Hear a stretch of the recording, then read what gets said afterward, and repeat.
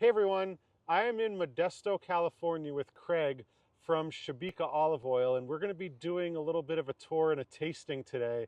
So Craig, can you explain what's all around us? Sure, what you're seeing back behind us are olive trees. The Central Valley of California is the largest growing region of olives in the United States. On a good year, the United States can produce about 8 million gallons of olive oil. California is probably going to produce 6.5 or 7 million of those gallons. So we're by far the biggest producer in the United States. So Craig, I see these tiny little green balls basically. What phase are we at with these? So this is a pre-season olive. It's going to get a little bit bigger as we get closer to season, but the harvest will begin in about a month from now, and there will be fully green at the time that we'll begin harvesting. And how many different varieties of tree are around us?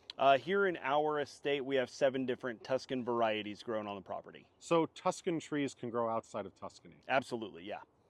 All right, Craig, so your shirt says established 1936. Now, where are you standing and why is it important? So I'm standing in front of Nicola and Joseph Sciabica's house, which was actually, the house itself was established in 1925. That is when the Sciabica family bought the land that we now farm and make the olive oil on. And they came from where? Marsala, Sicily.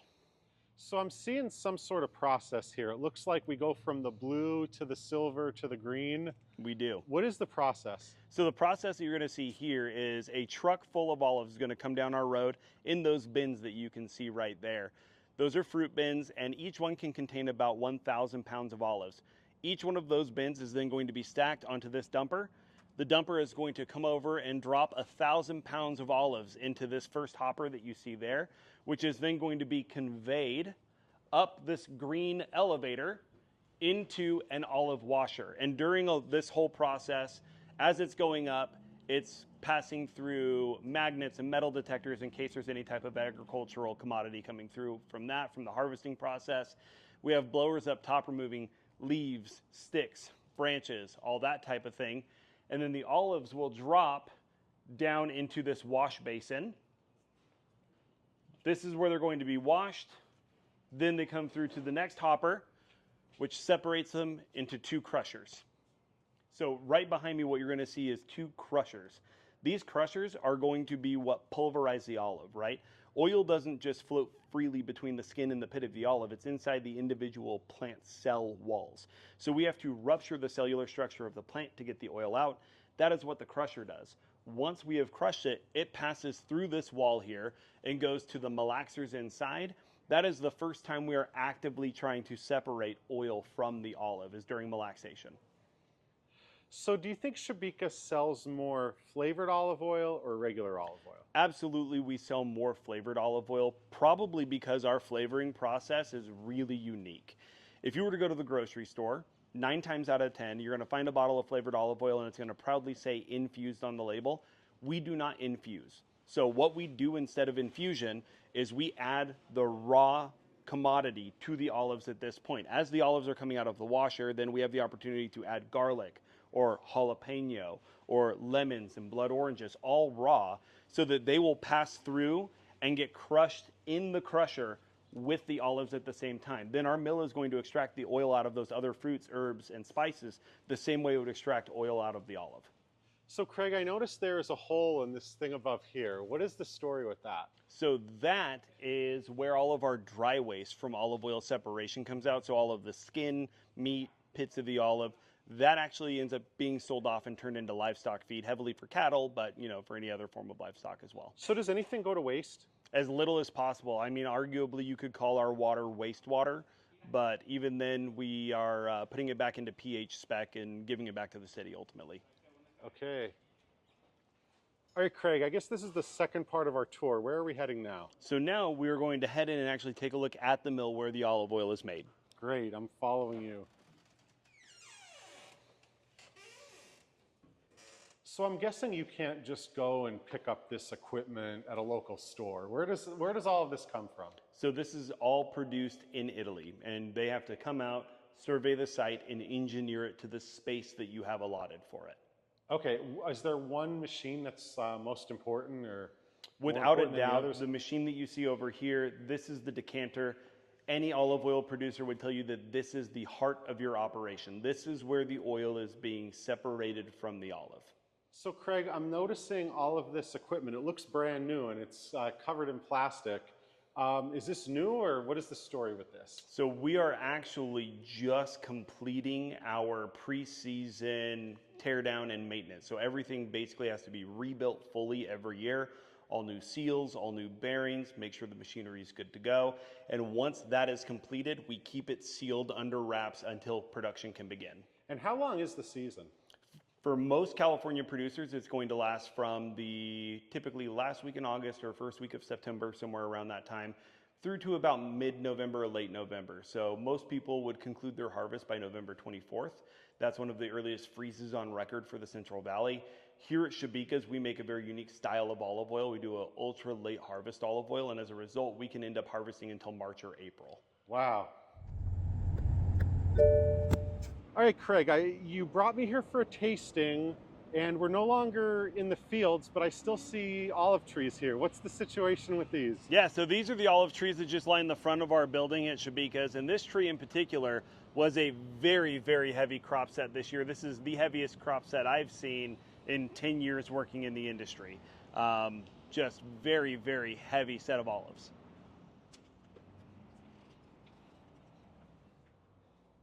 So before the tasting, I want to introduce everyone to John Sciabica, who is 4th generation here in Modesto, and I believe this is the oldest olive oil company in California. Is that right? Yeah, I mean, technically the oldest in the United States by several decades, really. My great-grandfather and my grandfather started the company together. But my grandfather, he would say there was nobody to sell the olive oil to, so he would take the olive oil back to Waterbury, Connecticut after each season, and he would live there selling the olive oil, mostly to Italians, but also Greek immigrants and others that, you know, really were looking for olive oil, good olive oil like they had at home. And basically, he brought the olive oil to the customers. And I see dozens of awards here. Can you explain? I know this is a highly regarded olive oil, but we have state fairs and other things. As a Californian, what do all these mean? Well, it means a lot to us, and you can see in the background over there, there's some golden bears. If you swing all the way around, you get those when you go best of show, and that is the coolest award in all of olive oil. Is they give you this big golden bear that you can take home. So it does really mean a lot. California has become very competitive in the olive oil category, in particular high quality olive oil. So really the entire industry here prides itself on producing the upper echelons of quality, and to be at the top of that category is really, you know, something that we dream about achieving. All right, do I get to taste now? Absolutely. All right, I love that little painting behind you, and I guess we're going to be doing some sampling finally after quite a pretty extensive tour, which I really enjoyed. What are we going to try first? So we're going to begin with our most delicate olive oil. Within the category of extra virgin, you still have subcategories of intensity. So we're going to begin with unflavored, delicate olive oil, and then we'll do a medium intensity olive oil, then a robust olive oil, and then we're going to get into flavors. Great. So what am I doing first? First is going to be the Sweet Mission Olio Nuovo, and for that, I will grab a bottle. All right, so I'm starting with Sweet Mission Olio Nuovo. This is our latest harvest olive oil. This harvest did not conclude until April of 2024. There is a direct correlation with olive oil. The more recently you can get it to its pressing, the better the quality, the higher the overall quality. Olive oil quality will only deteriorate over time. So there's a proper technique. It's in the palm of my hand, and then I cover it. That's it. And then do I like move back and forth? Yeah, a little bit of friction on the bottom of the cup, top of the cup. That's going to generate more heat. By generating heat, we're releasing aroma. There's volatiles in the oil that are going to lift off the oil as it warms up. The hand on top is just trapping the aroma in. It'll allow us to get a concentrated dose of aroma when we go to smell it here in about 5 seconds. Okay. So now that it's a little bit warmer, go ahead and bring it right up under the nose and give it a sniff. All right, so bring it up to this handsome nose and take a sniff. That's it. Okay, like I know it's like it has a somewhat strong smell. Mm-hmm. What's the next step?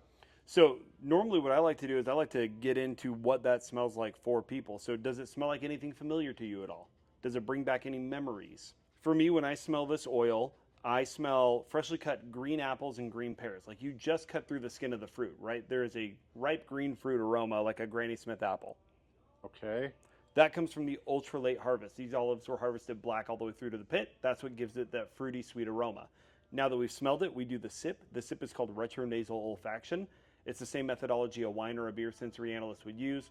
We're going to pool olive oil on the tip of the tongue, slurp air in over the top, close the mouth and exhale through the nose. I'll do it first. What we're going to do is you are going to pool olive oil on the tip of the tongue, slurp air in over the top, close the mouth and exhale through the nose just like this.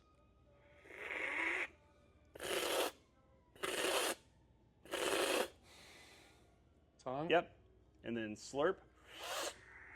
Yep. A couple times. Slurp a few more times. And then exhale through the nose. Yep. I don't know if I did that right, but very bold, I think. Yeah. It's kind of bold. It's definitely coating my mouth. What else am I looking for? So this one has basically, when it comes to a flavor profile, nearly butter-like, right? So it's reasonably low in bitterness, reasonably low in pungency. The next olive oils you're going to be having are going to be increasing in overall flavor intensity, bitterness, and pungency. All right, which one are we trying now? This is the Sevillano variety. Sevillano, okay. Mm-hmm. So,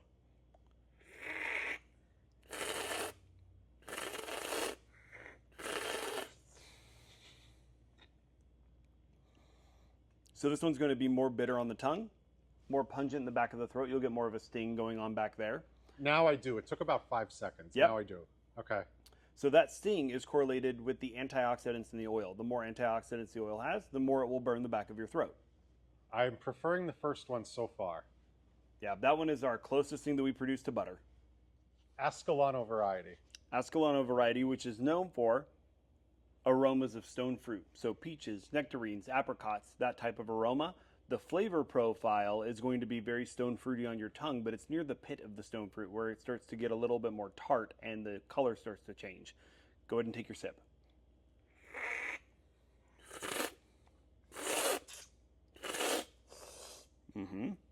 This will be the most bitter across the tongue and the most pungent in the back of the throat because of the phenolic content of the oil. And what does phenolic mean? It means the amount of antioxidants in the olive oil. So the specific compounds we're typically talking about with olive oil are things like hydroxytyrosol, oleocanthal. Those are phenolic compounds found in olive oil. Okay. So as someone that works with olive oil, what does extra virgin olive oil mean to you? To really simplify it, first of all, it means mechanical extraction, right? You can't use chemicals to get the oil out of the olive. You can't use heat to get the oil out of the olive. You can only apply physical pressure to the olive to the best of your ability and then get the oil out that way. That's the first part of the process. The second part is that that oil then has to pass rigorous chemical and sensory analysis to verify that it tastes and smells perfect, that the quality parameters are being met to call it extra virgin olive oil. Got it. And what are you showing me now? So this is a defective olive oil. This is an olive oil that cannot qualify as extra virgin. When you smell it, there's likely to be aromas similar to vanilla, stewed fruit or fruit leather, wet wood, those types of aromas. Wet wood, yes. Those types of aromas are associated with an olive oil that's produced from olives that froze on the tree. So this is a great example of the frozen defect. Now, when I'm at home, I usually use like a cheaper olive oil for cooking, and then I would use like pretty much an example like yours I would use in my salads, but then I would use something else for cooking. Is that a myth, or is there any truth that, you know, some are for cooking, some are for dipping? Largely that's a myth, right? Okay. So from a health standpoint, it has been determined several times over, but the ACTA Scientific Journal of Health and Nutrition published an article in 2018 on heating oils, and they determined that extra virgin olive oil, which is the highest quality grade, is without a doubt the healthiest possible oil for you to consume. However, it's also going to be the most expensive. Okay, and what is pure olive oil? Pure olive oil is actually the lowest quality grade of olive oil. So when you see a jug or a bottle labeled 100% real or 100% pure, they're making no claim to quality whatsoever. If they were making a claim to quality that they could stand behind, it would say virgin or extra virgin on the label. So the three quality grades, extra virgin is the highest, virgin is the middle, Lampante, which is an Italian phrase literally meaning lamp oil, meaning to light an oil lamp with, that would be 100% real or 100% pure. So leave a comment if you've ever tried pure olive oil, or if you just learned something like I just did. Leave a comment. Why am I trying this? So this is rancid olive oil. The reason you're trying it is because it is the most common defect in the world. It is one of the very few defects that occurs after the olive oil's been made. So at this point, if you've had a bottle of olive oil open for 3 months or longer, it's going to smell like this. If you've had a bottle of olive oil laying around closed and sealed, but it's more than 2 years old, it's going to smell like this. It'll smell like a freshly opened box of crayons, or a tub of Play-Doh, or chef's wax paper. It's got a very stale, waxy, clay-like aroma.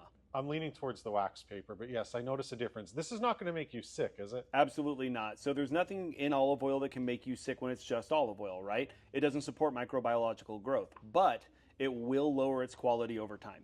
All right, well, maybe we could try something different for our next round. Definitely. So now we get to try flavored olive oil, and I've actually tried this one before. This is the lemon.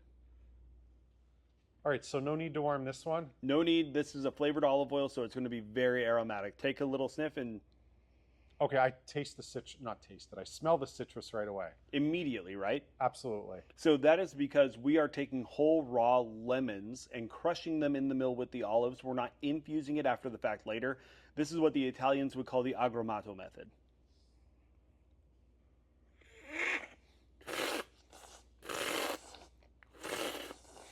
Incredibly lemony. Yes, and I'm not, a little bit in the back of my throat. Yep. Let it creep in.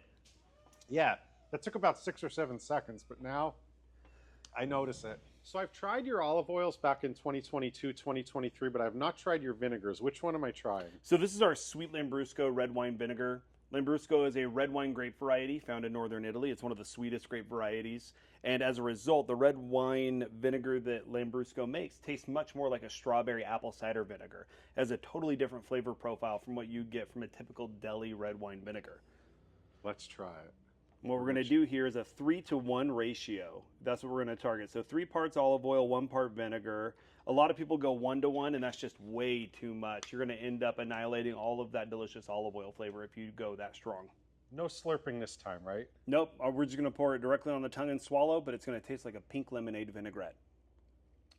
This is something I would dip my summer rolls in. It's fantastic.